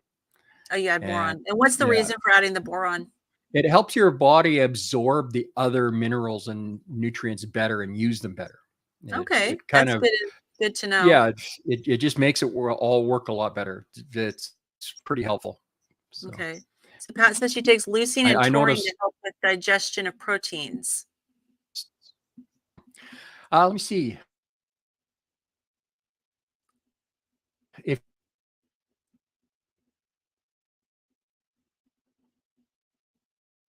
you eat organ meats Hmm. Your connection's getting a little sketchy. and then mix some. Hmm? What's getting sketchy? Your connection's getting a little bit sketchy. Oh, yeah, we might be starting to lose Close my you eyes. there, David. Let's see. If you can hopefully troubleshoot a little bit. Oh, all right, you seem like you're back. Yeah, my lights are still green, so I can see my router from here. So I know sometimes I have to turn off my go on cellular on my phone to disconnect from my home Wi-Fi because my home Wi-Fi starts to get overloaded with too many devices attached. yeah. That happens sometime. So, could you repeat what you were saying about the taurine and the Oh leucine? yeah. You get the taurine that you need if you're eating organ meat. So if you have Organ like meats. heart, Mhm. kidney, that kind of thing. Now, if you don't like the taste of liver and kidney and organ meats, you can actually just grind them up, put about 20% ground organ meat in with your ground beef. You won't even The taste it, but digestion. you get the nutrition that you need out of it. You know, when you look at the cultures that survived on carnivore diets for thousands of years, they ate nose to tail, and that meant all the Right. organ meats and the marrow and all the good fats, that kind of thing. They used it all. Right. So And basically, if we have the eat the organ meats and use the marrow for broth, we should be getting all the nutrients that we need. yeah, Yeah. it's interesting. I've had some interesting arguments online with people. I had one guy, he was trying to convince me that if I stayed carnivore, I was going to get scurvy. And A lot of people I, say that. yeah, and I tried to point out the science to him and give him the list of the doctors that he could go check their videos on or check their research Mhm. information, and he was just he didn't care. He got all huffy and mad. I actually, one of the videos that I did a parody of him in the video. I named him Tommy Tofu. Yeah, and so I know that so do you want to explain why people don't get scurvy on the carnivore diet? Well, there's a couple of reasons. First of all, if you're not eating standard American diet, if you're just eating meat, your need for vitamin C plummets. You Right, need about 1% of the vitamin C that you need if you're eating all the other stuff. So right, that's number one. Number two is that you get everything you need from the meat. It's got enough of the vitamin C for your needs right. from red meat. So So your need for vitamin C goes down when you're not eating the carbs. yeah, And so the exactly. meat is adequate to meet your needs. Yeah. And, and one of the arguments that people like to use, well, what about the sailors? I mean, they were meat eaters. Well, yeah, but they also carried hardtack and sugar and rum and consumed a lot of it, which does the same thing to the body as the processed foods do. That's why they got scurvy. Yeah. Well, and at this Yeah. point, there's enough people who have been carnivore for long enough that I think we can probably just show them that we don't have scurvy. Yeah. Well, look at that rancher lady from British Columbia. She's been, Yeah. Is it Amy? she's 86 years old. She's been carnivore like 56 years or something. I think it's like 60 something. Yeah, could be. Yeah. Yeah, and she looks actually, like I think it you're looks right. like she's 50. Yeah, I know. I when I first saw the interview, I was blown away. Yeah, she's incredible. Yeah. Yeah, I used to And live she's not been- all that far from her, like oh within a couple wow. hundred miles. So At one Barb point had when an I lived in BC. A1C of 23.5. That's Ooh. incredibly high. Wow. Here's Amazing. here's a really big one that carnivore did for me: blood pressure. My blood pressure was so bad, they gave me one of those machines to wear for like a week, and it tested me every half hour. And if it saw my heart rate rise, then it would test me more often. And the highest reading it got was 216 over 175. And my doctor was amazed I lived. So of course he put me on blood pressure medication right away, and that got it down to about 160 over 110, 120, somewhere in there. Okay. And I went carnivore, and we've got our own blood pressure machine at home. So I started checking regularly, every day, a couple times a day sometimes, just to see. And my blood pressure numbers started going down and down. A month in, I went off my blood pressure medication, and it kept going down. It just kept going down. Now I average about 120 over 72. You're a teenager. No medication. Yeah. I mean, I feel better now than I have in 30 years. Wow. Now, have you ever seen a cardiologist? Yeah, a couple of times they've had me in to do testing and stuff. I know because I wasn't able to do much by way of exercise because of my back. They actually gave me these special drugs that stress the body and give you the same as if you were working out. A nuclear stress test. Yeah, that rings a bell. Yeah. Yeah. So instead of walking on a treadmill, they give you the medication that gets your heart rate going. Yeah. So how was your heart? How was your ejection fraction? My heart's always been good. I mean, my mom had a heart attack when she was in her 70s, I think. Okay.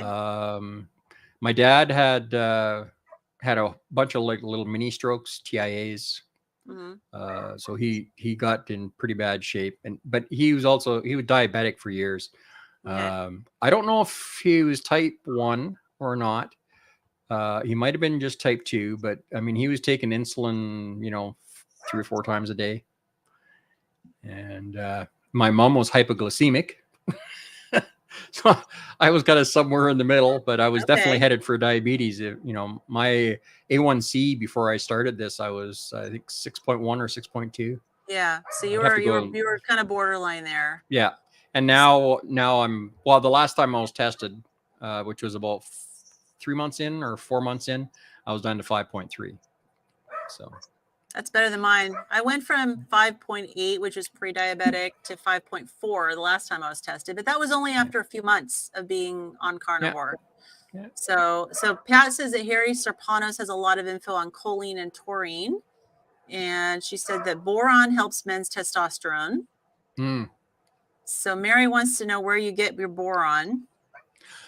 Well, it was a bit of a challenge for me because I'm allergic to fillers, and almost all the supplements you buy in the health food store have fillers. A lot of them have like that methyl cellulose. Right.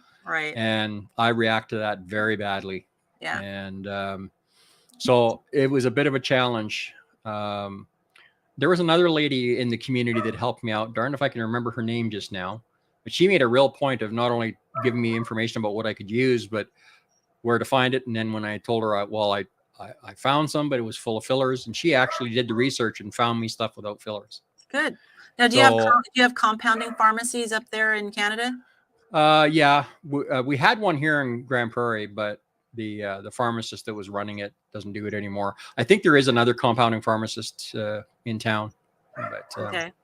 yeah. Yeah, it's hard when you have allergic issues, problems with the fillers to get good quality. It's always amazing to me because, like with me, I have my histamine issues with my mast cell disease, and some of the antihistamines actually have red dye in them, which is to me a complete oxymoron. Like you're going to give someone with histamine issues an antihistamine with dye in it, but yeah, it's kind of crazy. So Carrie says good information on boron. Thank you. It helps with arthritis. Use it to detox in my detox bath, Epsom salts, baking soda, and boron. So we're getting some good information. Barb likes liver. Yeah, I love liver. I'm trying to like liver. I'm not there yet.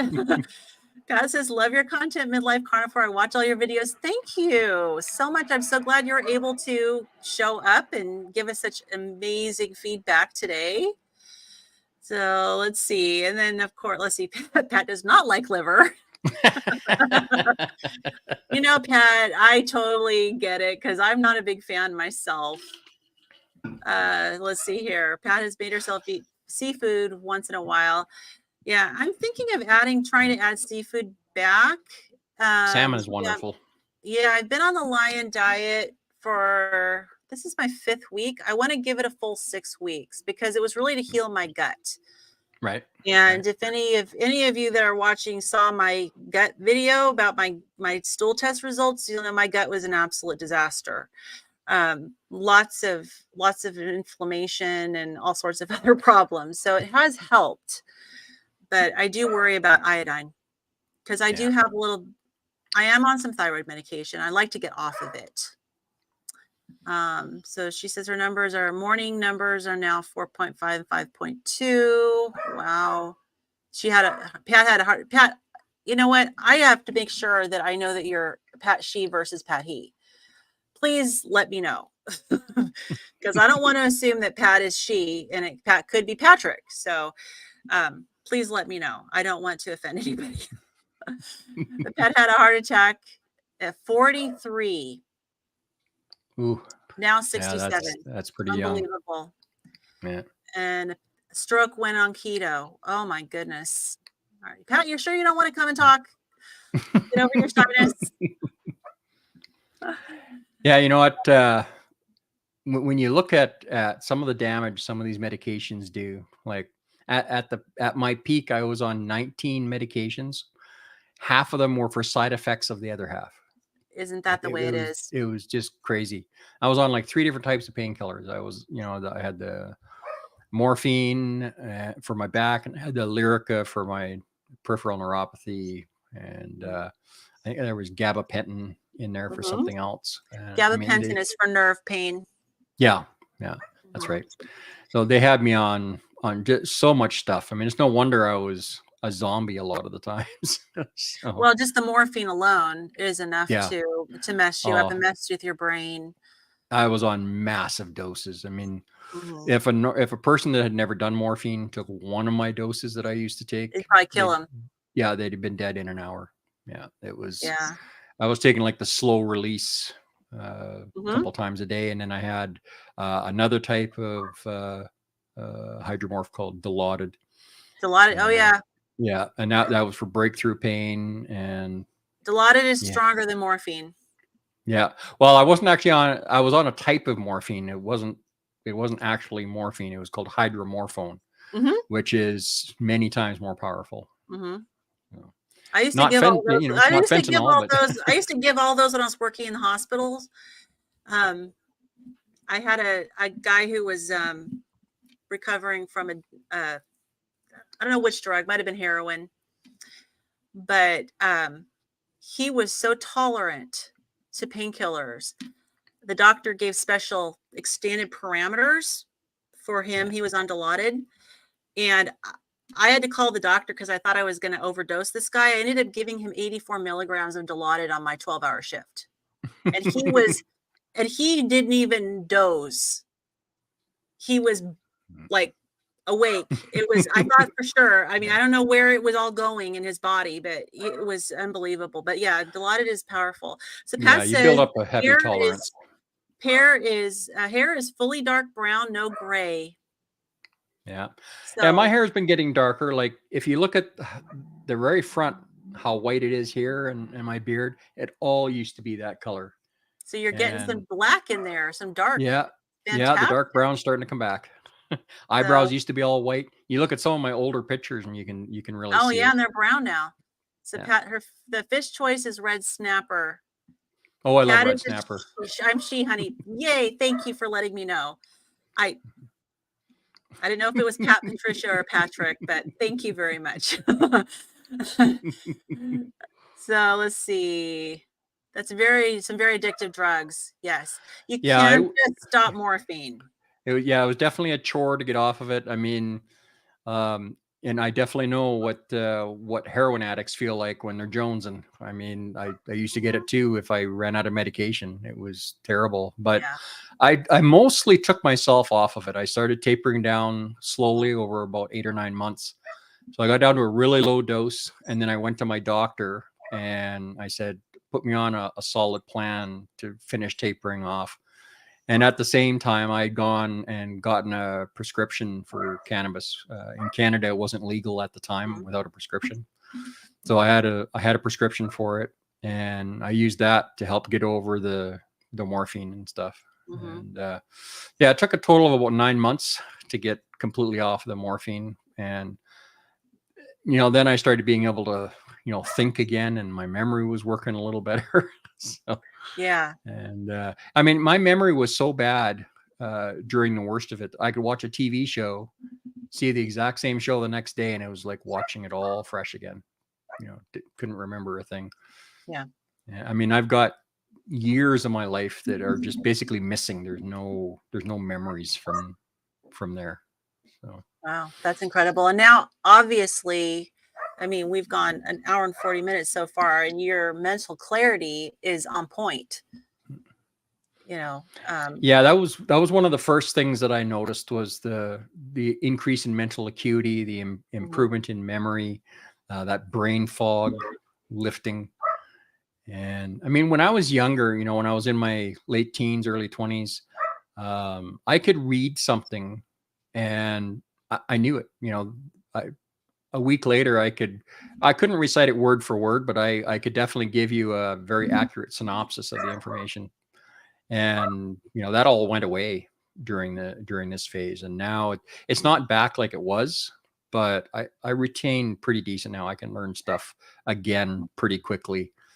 And like I picked up all this live streaming stuff from the time I went from never really live streaming except once or twice on my phone, but the actual proper real live stream properly built out, I only started learning it about a week and a half ago. And then you saw my stream last night. I mean, yeah, I had some glitches and problems, but it looked pretty good. And I've already redesigned it. The layout's exactly the same, but the graphics, I went from, the green colors to something completely different now. Yeah, I just started live streaming as well. So I did one just on YouTube, but this is only my second one, doing it through this platform that we're on. So yeah, it's actually really user friendly, I found.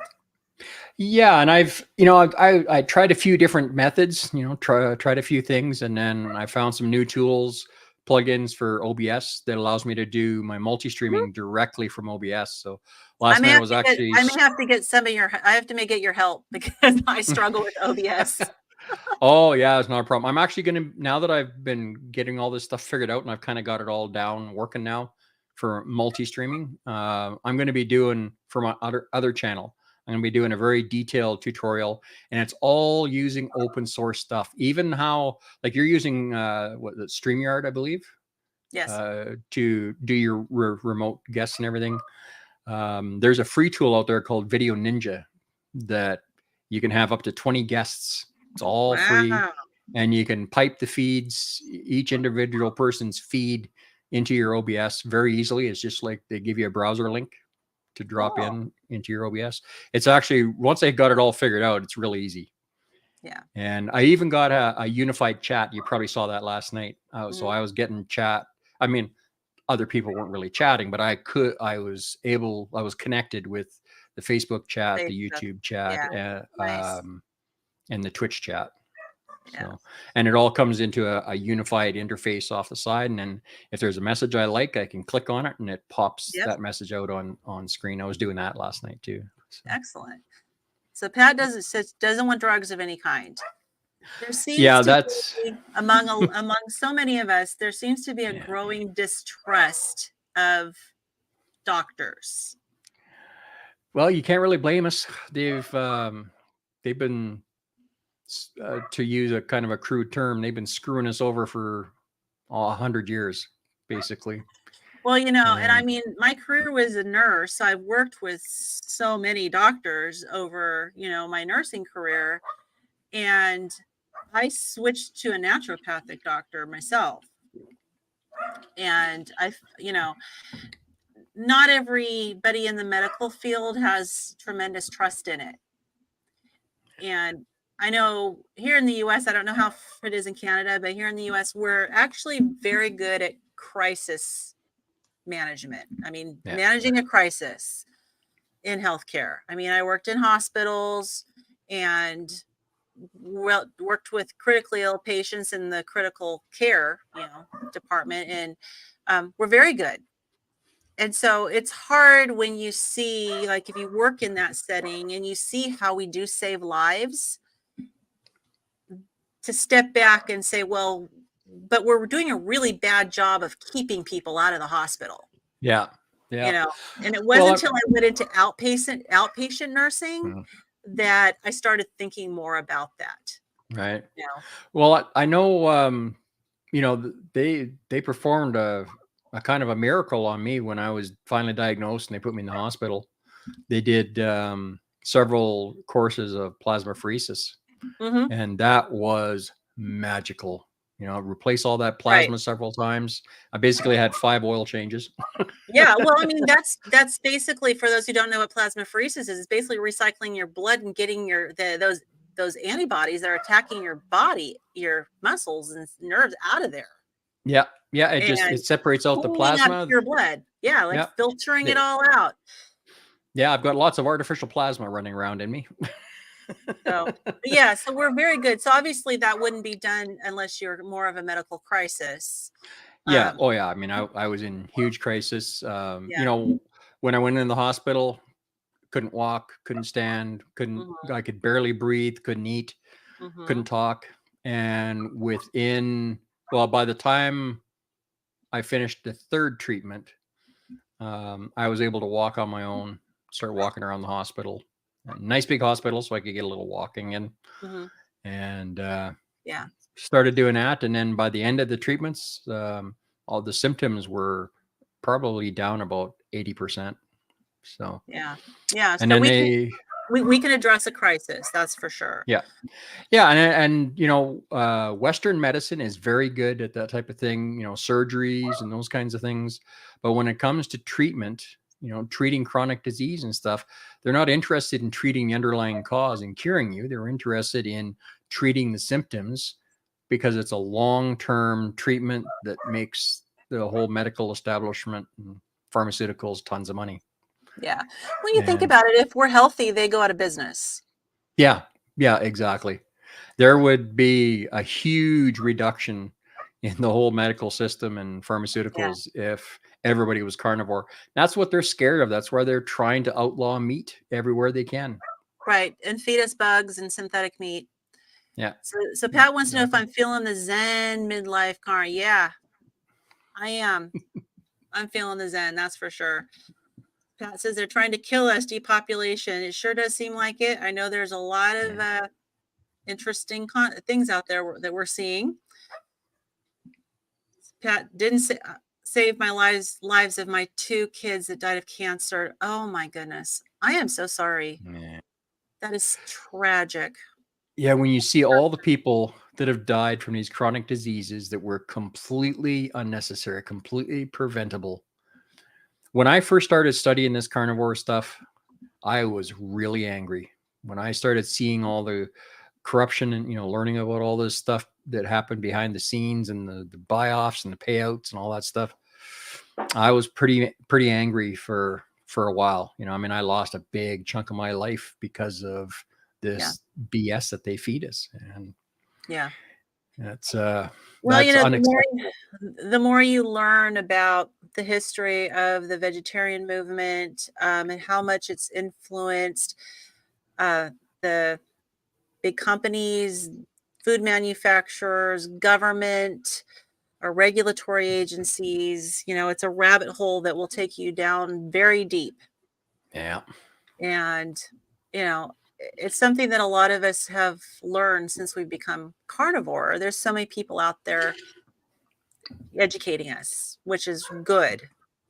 So it's just a matter of, getting the word out. Now, with that said, as you know, there's a carnivore diet movie documentary that's going to be made. If any of you listening aren't familiar with Homestead How YouTube channel, go check him out, Carrie, because he is making a carnivore diet movie. So there's also a carnivore diet movie website. You can donate if you really feel passionate about helping get this documentary made.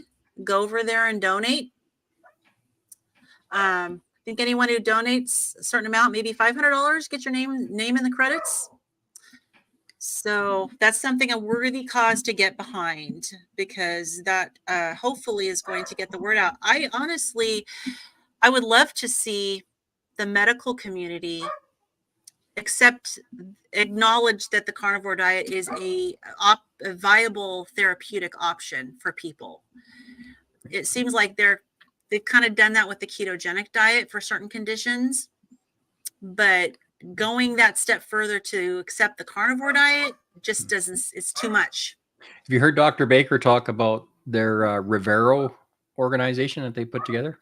Mm-hmm. I love that. I'd love to see that come to Canada. Yeah, actually, Dr. Baker lives in my town. Oh, nice. I've never run into him at the grocery store. Oh, really? Well, he gets all his stuff shipped to him. I'm sure he does. Yes. Yeah. I don't think we shop in the same place. No, he gets a lot of stuff given to him just for the promotional value.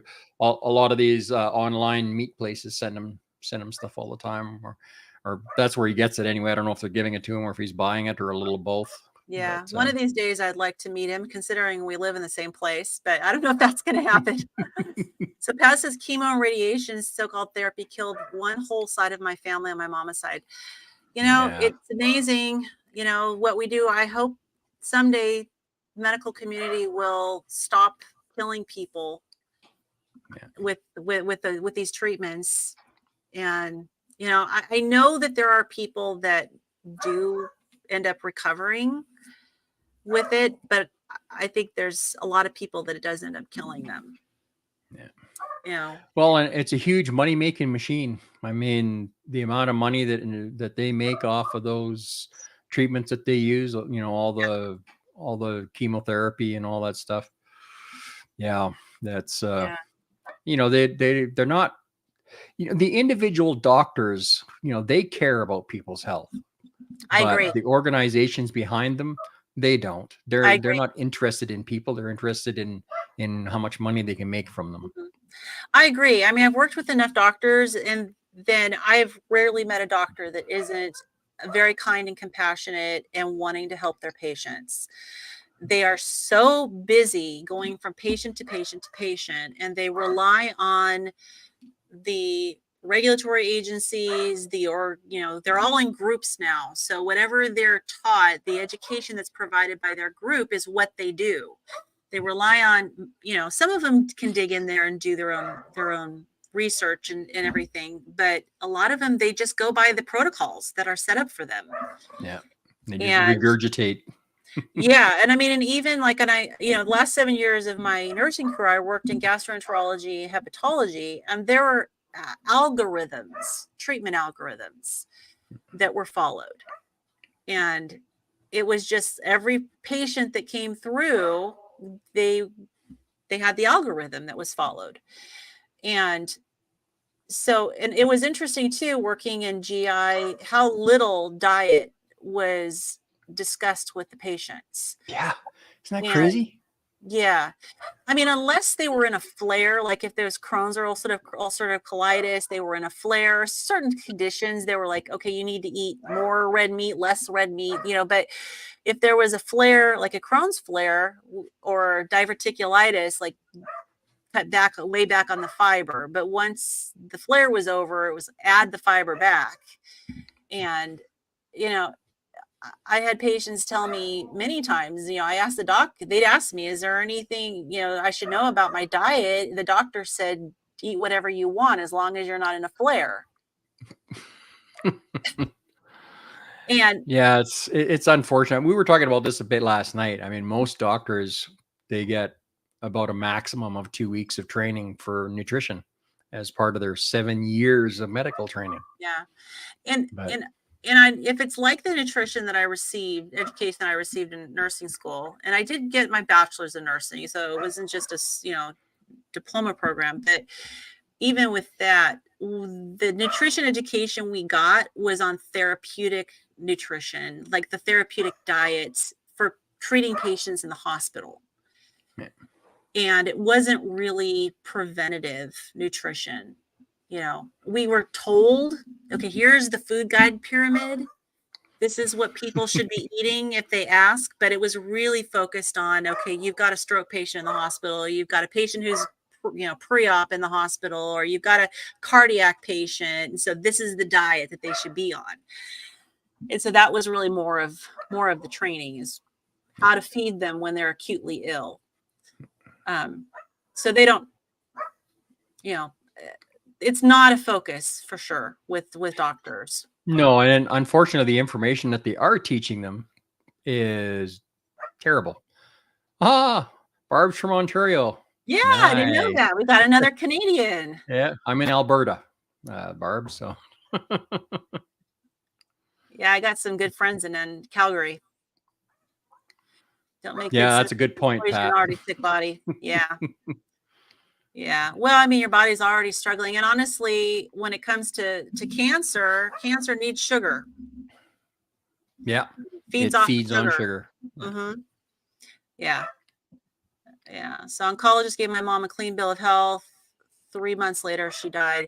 To have that many people dying in one family with all those siblings makes me wonder about, some sort of exposure, how some people live in communities where there's like hazardous waste and gets into the groundwater. Well, And there's also genetic predispositions. I mean, my wife's family, half of them die from cancer, literally.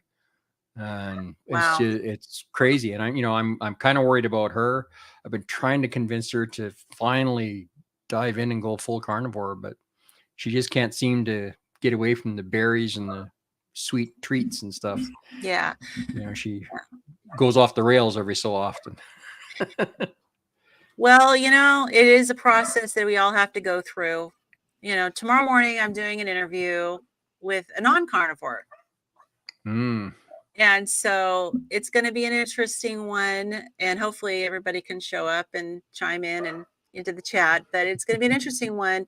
And I thought it would be really helpful to show some of the thought processes behind somebody who isn't quite there yet. Yeah. And, we're all at different stages, and, obviously the people that have been here contributing to the chat have all made that commitment and have seen amazing results.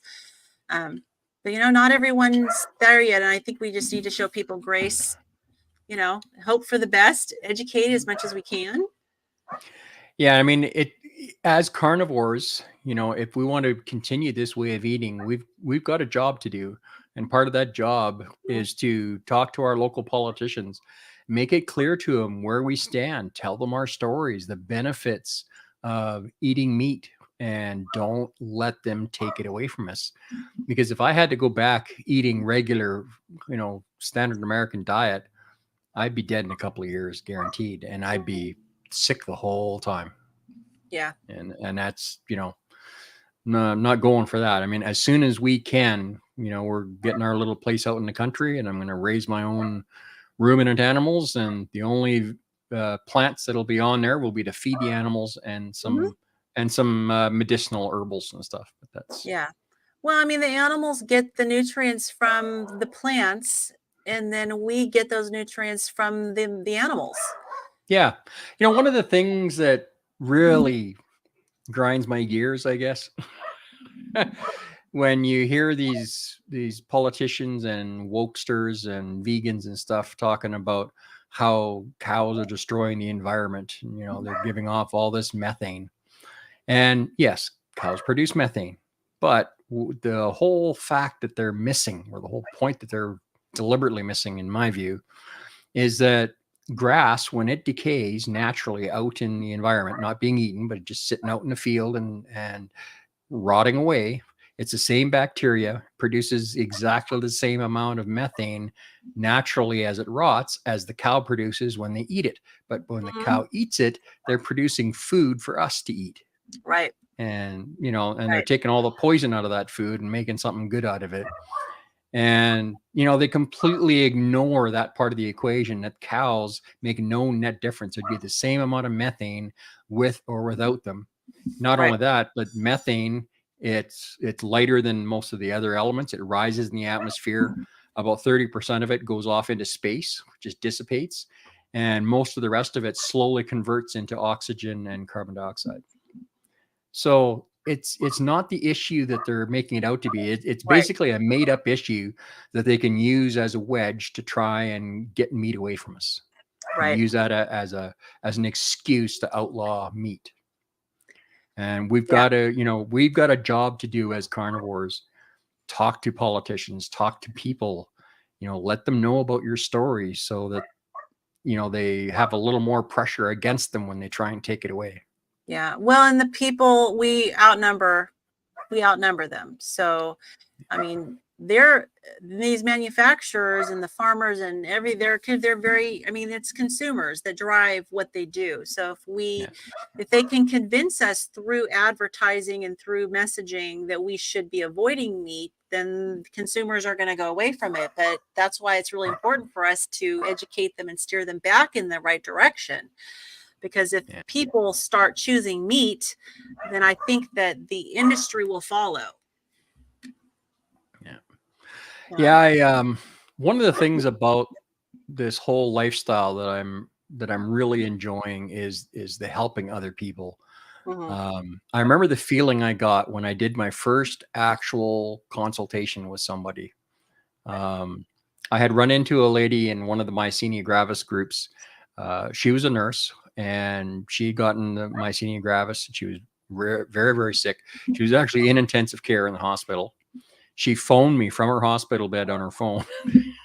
She tracked me down. She had run across a post I had made on the myasthenia group, tracked me down, and phoned me through like Facebook Messenger, FaceTime thing, or whatever it's called. And spent about an hour and a half on the phone. As soon as she left the hospital, she went on Carnivore, and she's doing wonderfully now. Wow. And she looks like she's going to be coming off her medication pretty soon. And she's pretty stoked about that. It's hard. I'm pretty stoked about that. It's interesting. Now, it's hard too, as a nurse, to know that people can heal on Carnivore. In fact, I'm glad I'm retired now, because if I was still working in GI with what I know now, I would have a real ethical dilemma on my hands. Because, as a nurse, you're not supposed to contradict what the doctor says. It's a little challenging, because if the doctor is telling them eat more fiber, and eat lots of vegetables and avoid the red meat, and I know that they need to do the exact opposite and make sure you eat low fat. Yeah, dude. And, I mean, they've got the white lab coat and the stethoscope, and people are just kind of conditioned to trust them and accept what they say at face value. And, if I'd have just listened to the doctors, I'd still be bedridden or dead. I mean, that's all there is to it. It wasn't until I took my health in my own hands, at the behest of God, I think, and, started learning this stuff and slowly getting healthier, and then hit Carnivore, and things just went, wow. Yeah.